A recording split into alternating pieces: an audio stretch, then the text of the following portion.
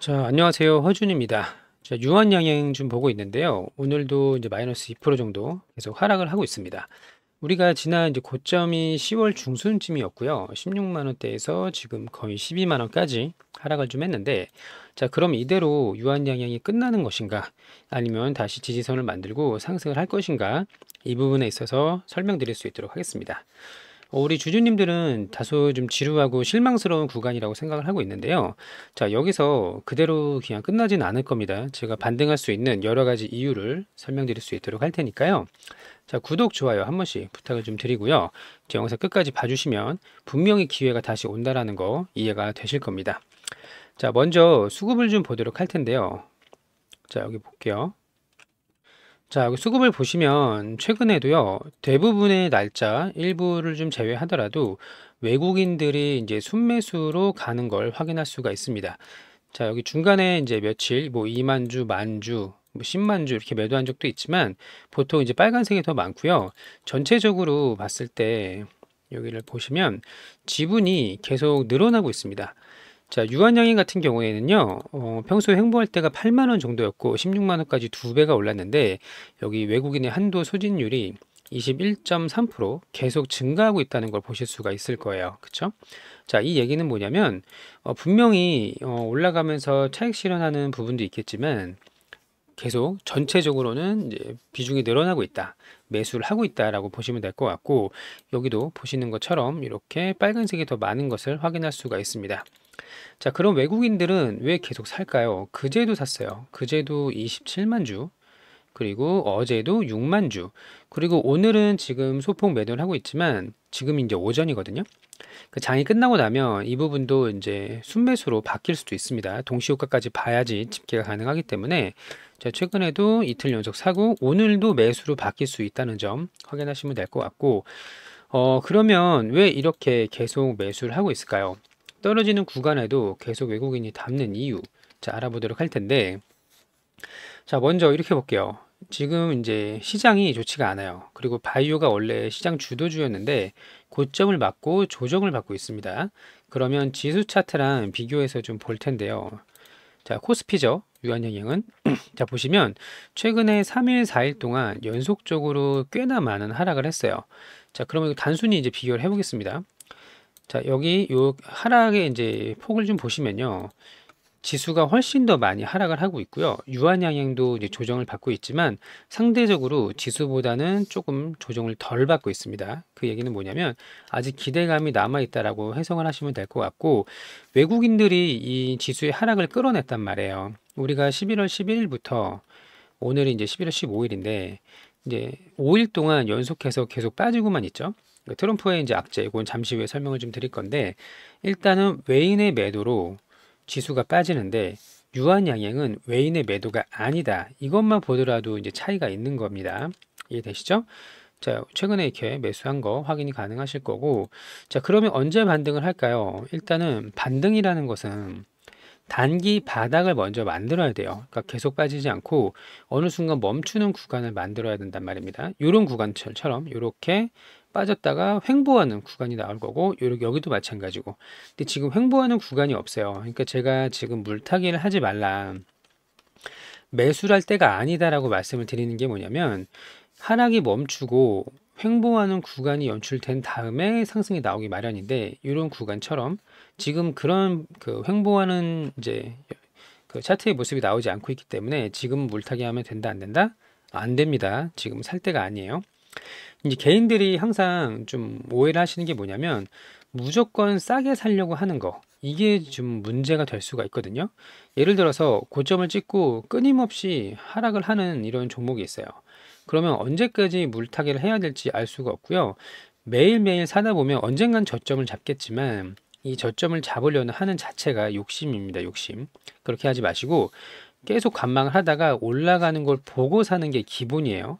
그래서 영원히 상승하지 않는 종목들이 가끔 걸릴 수밖에 없어요. 이런 종목 물타다 보면 계좌가 완전 녹아버린다는 거. 그 부분을 명심을 해주시고 자 유한양행 같은 경우는 저는 뭐 16만 원이 뭐야 20만 원 그 이상도 갈 수 있다고 생각을 하는데요. 지금 무분별한 매수보다는 확실히 올라가는 거 그러면서 거래 대금이 적어도 요 정도 여기 과거에 요 정도 있죠. 이게 이제 금액으로 따지면은 한 1조 정도 되는데 1조까지는 아니더라도 적어도 뭐 5천억에서 1조 사이 이 정도는 좀 터져야 될 걸로 좀 보고 있고요. 최근에는 2천억대의 거래 대금이 유지가 되면서 계속 조정을 이제 받고 있습니다. 워낙 또 인기 종목이기도 했었고 거래 대금이 워낙 빵빵 터졌던 종목들이기 때문에 2천억 정도로는 많은 건 아니에요. 이거를 이제 조정을 받고 있는데 반향을 틀어주면서 최소 5천억 혹은 그 이상 거래 대금이 터지는 거 그 정도를 좀 기다려야 될 것 같고 제 영상을 끝까지 좀 봐주시고 구독 좋아요를 해주신다면요, 제가 이 타점이 왔을 때 추가 매수 타점이 왔을 때 영상에서 좀 설명을 드릴 수 있도록 준비를 좀 해보겠습니다. 물론 제 말이 뭐 100% 맞다라는 건 아니지만 저도 이제 14년 이상 전업 투자를 좀 하고 있고 꾸준하게 뭐 테마주도 있고 바이오 뭐 반도체 기타 여러 가지 이제 테마들로 수익을 좀 많이 냈기 때문에 저는 제 매수 타점에 대한 이제 확신이 있거든요. 그래서 참고하시면 될 것 같고요. 자, 오늘도 지금 3% 정도 빠지고 있는데 일단은 괜찮습니다. 지수보다는 그래도 괜찮은 거예요. 현재까지로는. 여러 가지 이제 소식이 좀 들려왔고요. 최근에 트럼프 대통령이 미국 대통령에 이제 당선이 되면서 이게 악재로 작용을 했죠. 그래서 이제 관련주들, 트럼프를 지지했던 일론 머스크, 자, 이분이 배팅을 정말 잘해서 잭팟이 터졌죠. 그래서 일론 머스크 관련주들, 그러니까 결국에는 트럼프 트레이딩 뭐 있죠? 코인, 우크라이나 전쟁 종식시킨다, 우크라이나 재건주, 또 머스크 관련된 거, 스페이스X 관련된 우주항공 관련주, 로봇 관련주, 그렇죠? 최근에도 이제 관련 그 종목들이 많이 올랐는데요. 이런 그 수혜주들 플러스 여기 원전도 있겠네요. 자, 이 정도를 제외하고는 대부분의 종목이 하락 내지 조정을 받고 있었어요. 근데 우리 트럼프도 사실 이 바이오 종목이요, 트럼프의 악재가 결코 아닙니다. 오히려 이제 호재라고 볼 수가 있는데 이 바이오 종목들도 머지않아서 좀 상승을 할 수가 있을 겁니다. 그리고 금리 인하의 이제 초기예요. 자, 이거 제가 여러 번 강조드리는 이야기인데요. 9월에 한번 금리 인하를 했잖아요. 그 다음 이제 11월, 12월 이렇게 남아 있고요. 25년도에는 적어도 뭐 5번 전후에 금리 인하가 좀 예정이 되어 있기 때문에 바이오가 강할 수밖에 없습니다. 성장주가요. 자, 금리가 내려가면 시장에 돈이 공급됩니다. 유동성이 공급이 되는 건데요. 이 돈은 결국 고 PER, 고 멀티플을 받는 성장주에 돈이 몰릴 수밖에 없어요. 대표적으로 바이오가 있죠. 그리고 2차 전지가 있죠. 그리고 AI, 또 로봇, 자율주행 이런 종목들이 이제 오는 거고요. 머스크가 베팅을 잘했던 것만큼 전기차는 오늘 이제 IRA 법안 관련해서 조정을 받고 있지만 결국에는 우주항공, 로봇, 자율주행, 2차 전지, AI 이런 이제 종목들한테 25년도에는 많은 기회가 돌아갈 거라고 보고 있습니다.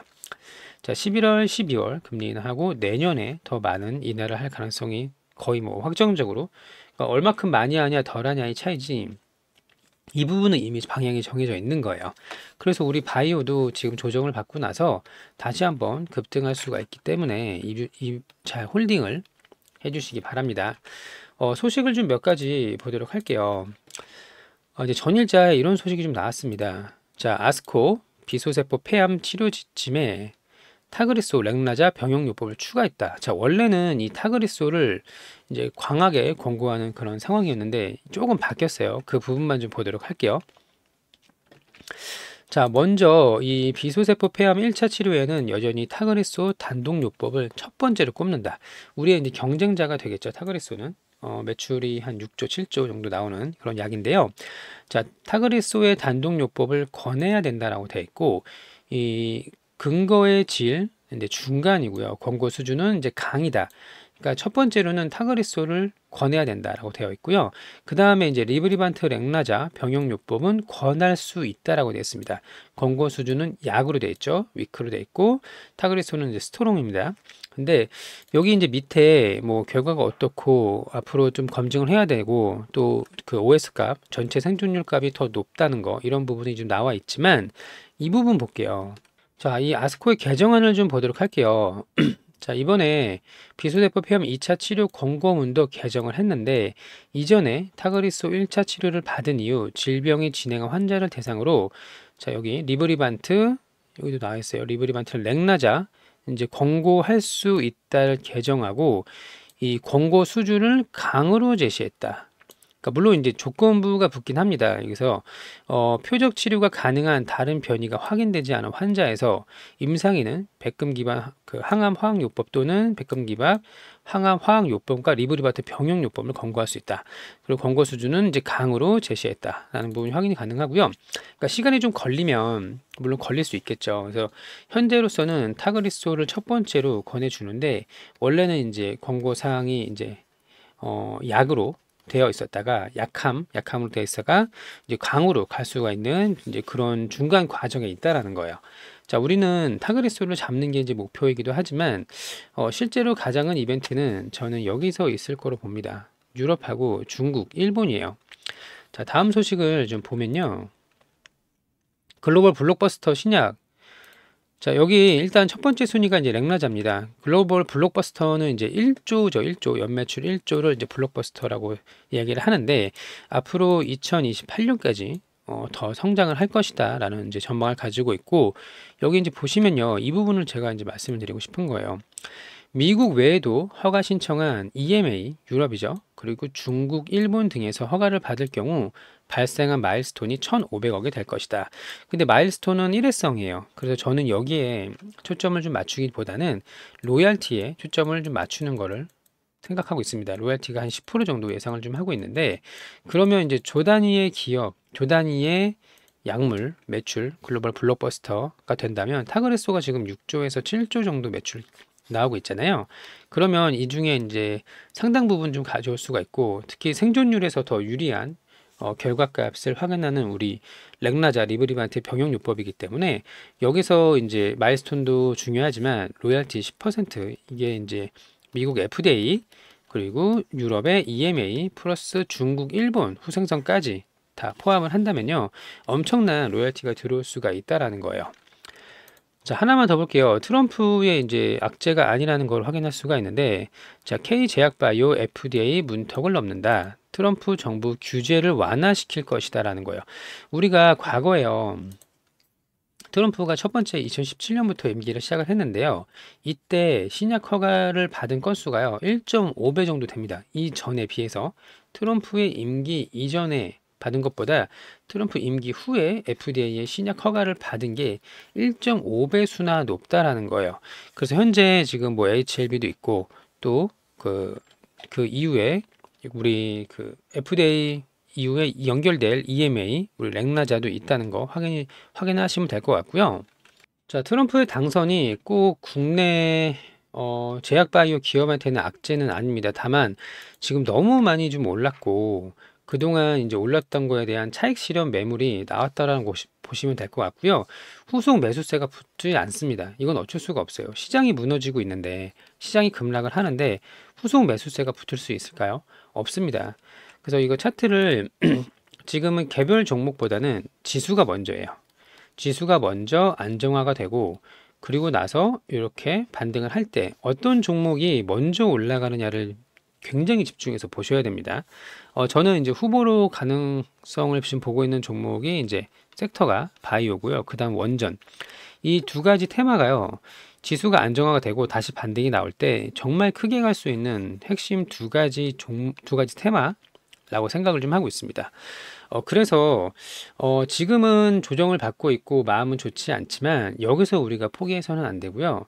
물타기해서도 안 되고 바닥을 다지고 다시 올라갈 때 다시 시장에서 관심을 끌어올 때 어차피 지수를 끌고 가는 건 주도주가 합니다. 지도주가 지수를 끌고 올라갈 때 우리 바이오가 올라가는 게 확인이 된다면 이때 우리는 타점을 잡을 수 있도록 할게요. 자, 오늘 시장이 굉장히 좋지 않아요. 지금 코스피가 마이너스 0.5% 하락하고 있는데 자, 삼성전자가요 오늘 6% 상승을 하고 있거든요. 이미 시가총액이 300조까지만 빠졌습니다. 진짜 많을 때는 500조까지 갔었고 우리 코스피 전체의 4분의 1을 담당하는 우리 삼성전자인데요. 지금은 좀 많이 내려왔죠. 코스피 시총이 2000조가 지금 조금 안 되니까요. 지금 300조니까 대략 뭐 한 30% 정도 이렇게 하락을 했습니다. 그러면 7분의 1 정도 차지하고 있는데 삼성이 이렇게 크게 반등을 하는데도 불구하고 지수가 좋지 않다는 건 나머지 섹터가 다 무너지고 있다라는 걸 이야기를 하는 거예요. 자, 그래서 일단 힘드시지만 잘 견뎌주시길 바라고요. 지금 비중 추가하면 된다, 안 된다? 안 된다. 왜죠? 신규 매수자가 없어요. 그러니까 조금씩 나눠서 사긴 하겠지만 뭐 폭발적인 매수세가 들어오는 걸 보고 사는 걸 가장 권해드리고요. 너무 걱정하지 마셔라. 자, 두 가지. 트럼프의 변동성, 불확실성. 오늘 핵심 내용 정리하겠습니다. 불확실성으로 인해서 일단 매도 치고 보자라는 외인들의 투매가 좀 나왔다고 보시면 될 것 같고, 트럼프 관련 수혜주들만 지금 올라가고 있는데 코인하고, 그쵸? 그리고 우크라이나 재건주, 또 로봇 이런 것들만 올라가고 있고요.